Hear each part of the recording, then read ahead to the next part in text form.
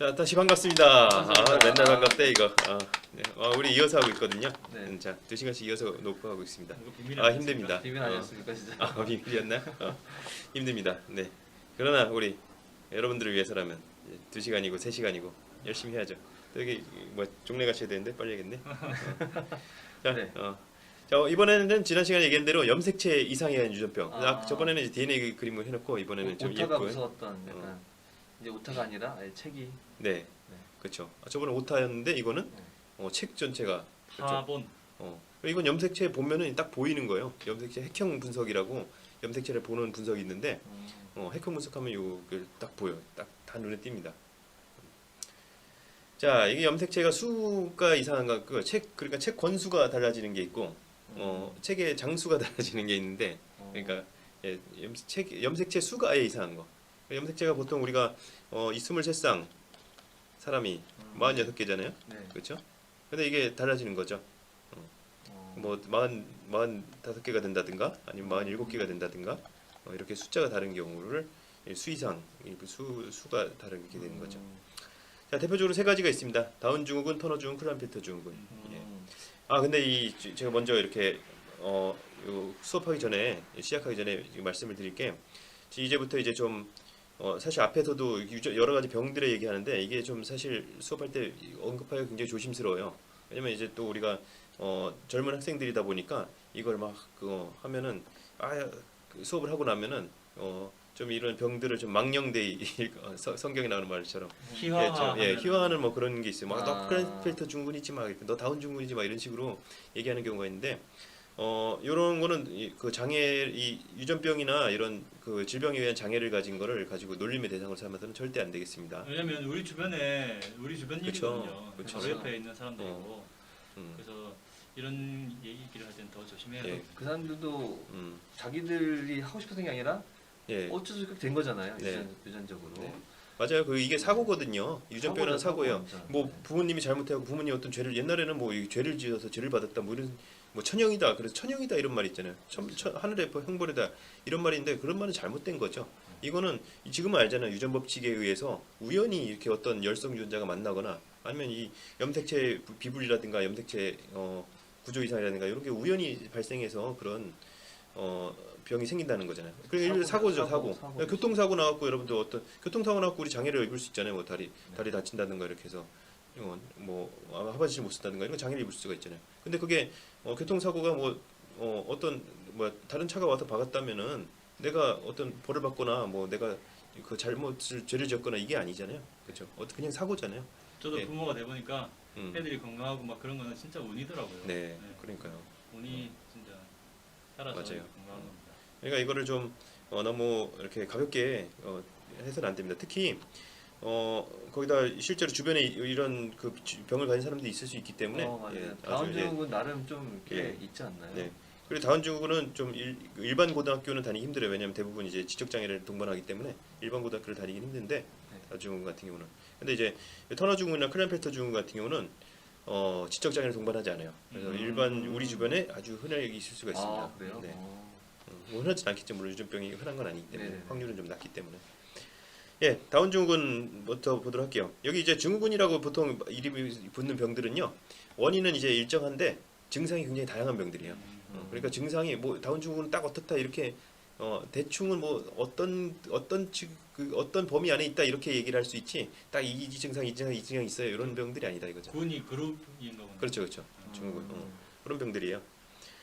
다운 증후군 같은 경우는 이제 원인은 21번 염색체가 있어요. 21번 염색체. 21번 염색체가 3개.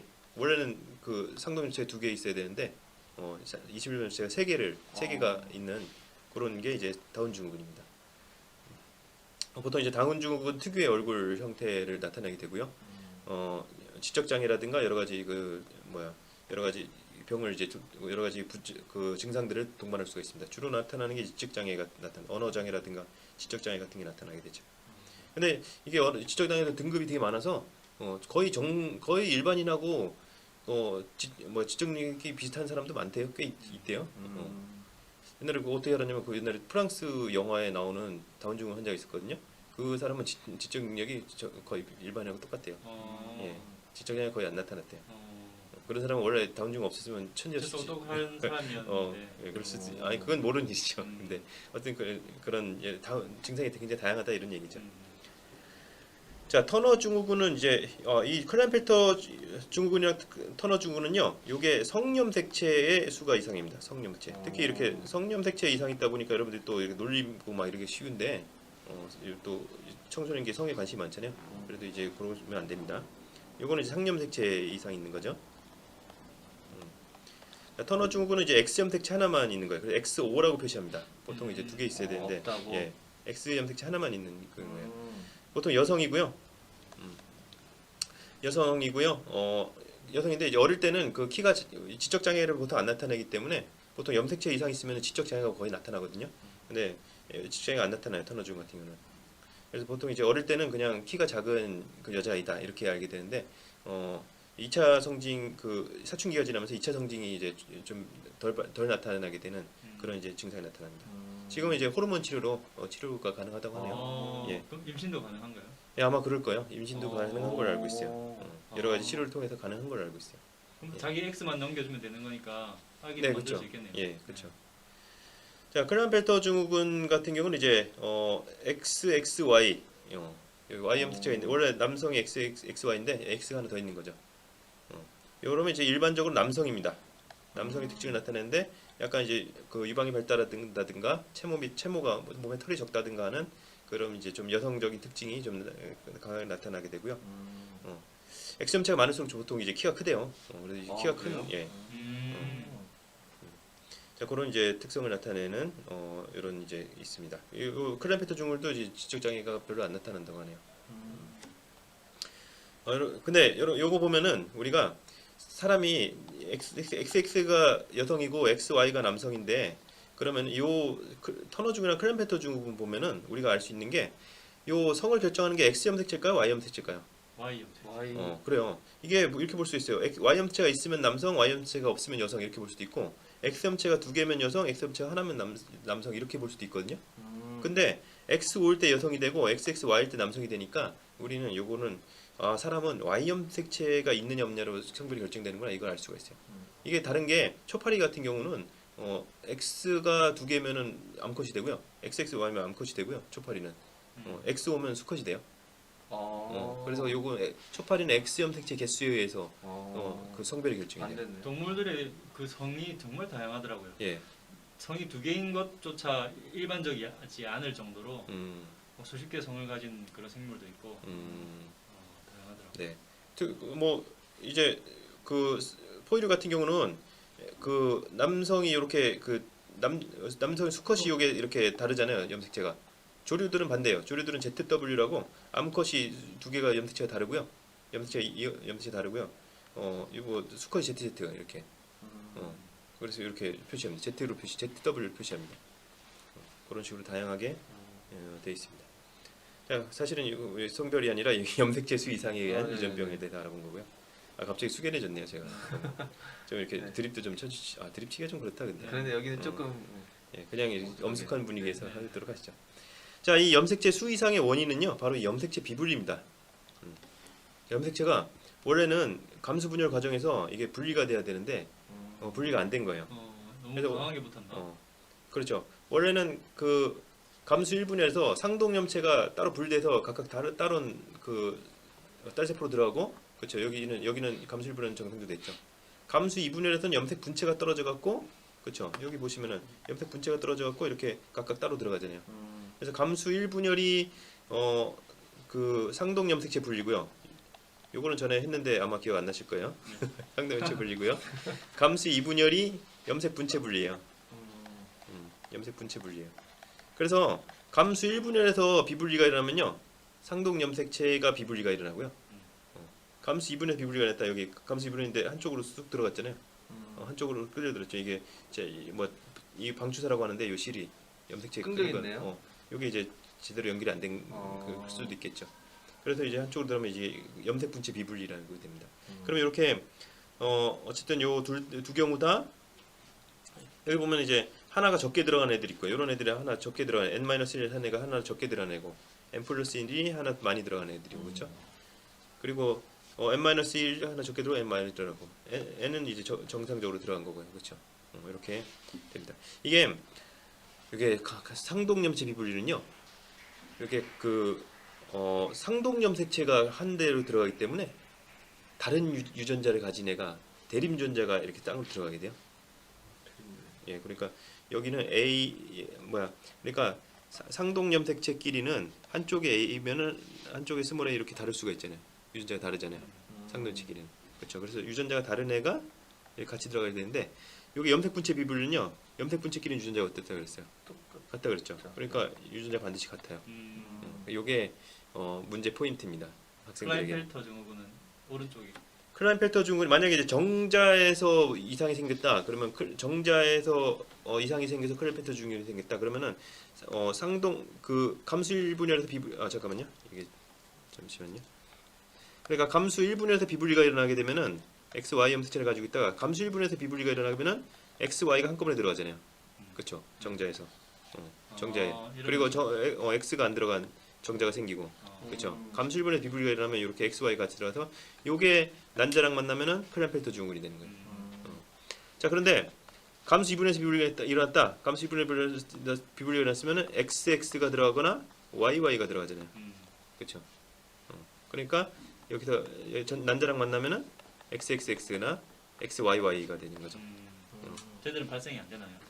아니요, 있습니다. 이것도 실제로 이런 사례 있습니다. 근데 증후군이라고 이름이 안 붙어 있어요. 왜냐면 아무 증상이 없어요. 일반적인 여성, 일반적인 남성이 됩니다. 그래요?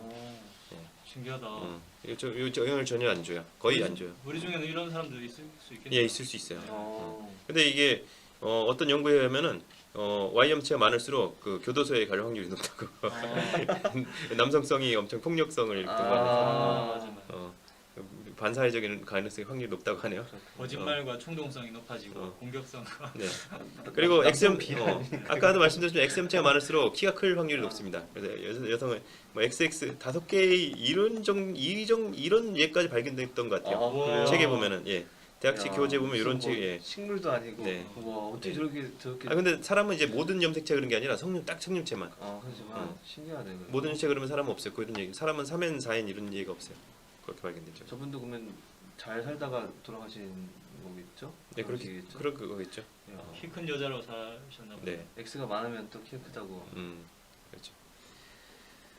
자, 염색체 이제 구조 이상입니다. 구조 이상은 여기 여러 가지가 있어요. 여기 결실 중간에 잘린 거, 중간에 책으로 제가 비유했잖아요. 염색체 책을 비유하고 염색체 안에 있는 내용을 이제 장에 들어있는 내용을 유전자에 비유했으니까 뭉태그로 뜯어 나온 거예요. 중간에 비인 거죠.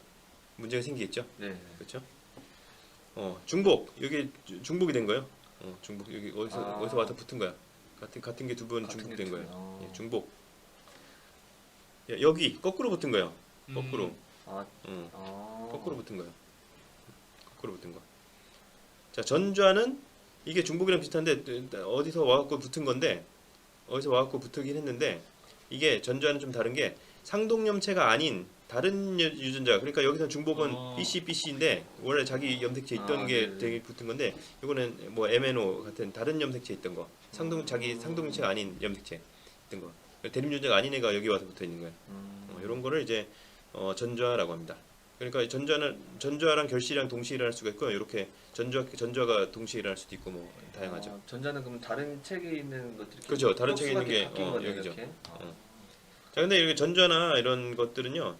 여기 전자나 이런 것들은 본인한테는 크게 영향 안 줄 수도 있어요. 본인한테는 크게 안 줄 수가 있는데 이제 왜 본인한테는 이렇게 된 거죠? 본인한테는 상동끼리 같으니까. 본인한테는 여기가 잘리고 여기가 잘리고 여기 있게 여기 와서 이렇게 붙어 있는 거야. 네, 그렇죠. 그러면은 여기 유전자가 여기 쓰나 뭐 기능하는 거 크게 차이 없거든요. 그래갖고 본인한테는 문제가 없는데 이게 자손한테 유전이 됐을 때 만약에 이렇게 배우자는 유전자가 아니란 일반적인 염색체를 가지고 있단 말이에요. 네. 그러면은 이제 이렇게 그리면 안 되는구나. 어쨌든 뭐 하나를 떼주다 보니까 그러니까 어쩔 수가 있는 거네요. 이렇게 했을 때 요거랑 만나버리면은 유전자가 더 많아져 버리는 거야. 유전 세트가 더 많아져 버리는 거야. 그래서 자식한테 문제가 있어요. 그래서 계속 이제 만약에 계속 그 불임 부부가 있다. 계속 유산이 일어나는 불임 부부가 있다. 이런 거 부모의 유전자 검사 한번 해봐요. 이런 문제가 있을 수가 있어요. 부모한테 이런 문제가 있어요. 자기한테 사는 데는 문제가 없거든요. 예. 그래서 이제 그 아기를 가지기 전에 부모가 먼저 검사를 받고 그다음에 아기가 이제 태어나기 전에 검사를 받고 그다음에 아기 태어났을 때 태어난 다음에 이제 페닐케톤유증 같은 경우는 태어난 다음에 알면은 그 미리 처방을 해서 그 치료가 가능하잖아요. 네. 그런 걸 위해서 이제 태어난 다음에 또 검사를 하고 이렇게 유료더라고요. 그렇죠. 뭐 그래서 요새는 다 그래 병원에서 낫죠. 예. 뭐 그렇죠. 아직 의료보험이 우리나라가 잘 돼 있는 나라긴 하지만 아직 완벽하지 않은 게 아직 고민이 많겠죠. 저희도 고민하다가 예. 그냥 안 했거든요. 에이 설마 하면서. 하는 게 좋아요. 무조건. 보통 혹시 안 모르니까 한다고. 혹시 모르니까 원래 보통 하나요 하니까 보통 안 해요 하길래 그냥. 귀찮아. 이제 문제가 있으면 네. 이제 한 번쯤. 근데 왜냐면 확률이 근데 되게 드물긴 하니까, 드물긴 하니까. 굉장히 유전병 걸 확률이 엄청 낮잖아요. 자, 이렇게 유전병에 대해서 나눠봤고요. 한번 나중에 학생들하고는 연습 같이 해보도록 하겠습니다. 네. 자, 아주 알찬 시간이었고요. 너무 엄숙한 시간으로 만들어서 과제는 없나요? 예, 과제 없습니다. 어. 과제는 따로 내도록 하겠습니다. 네. 고맙습니다. 감사합니다. 고맙습니다.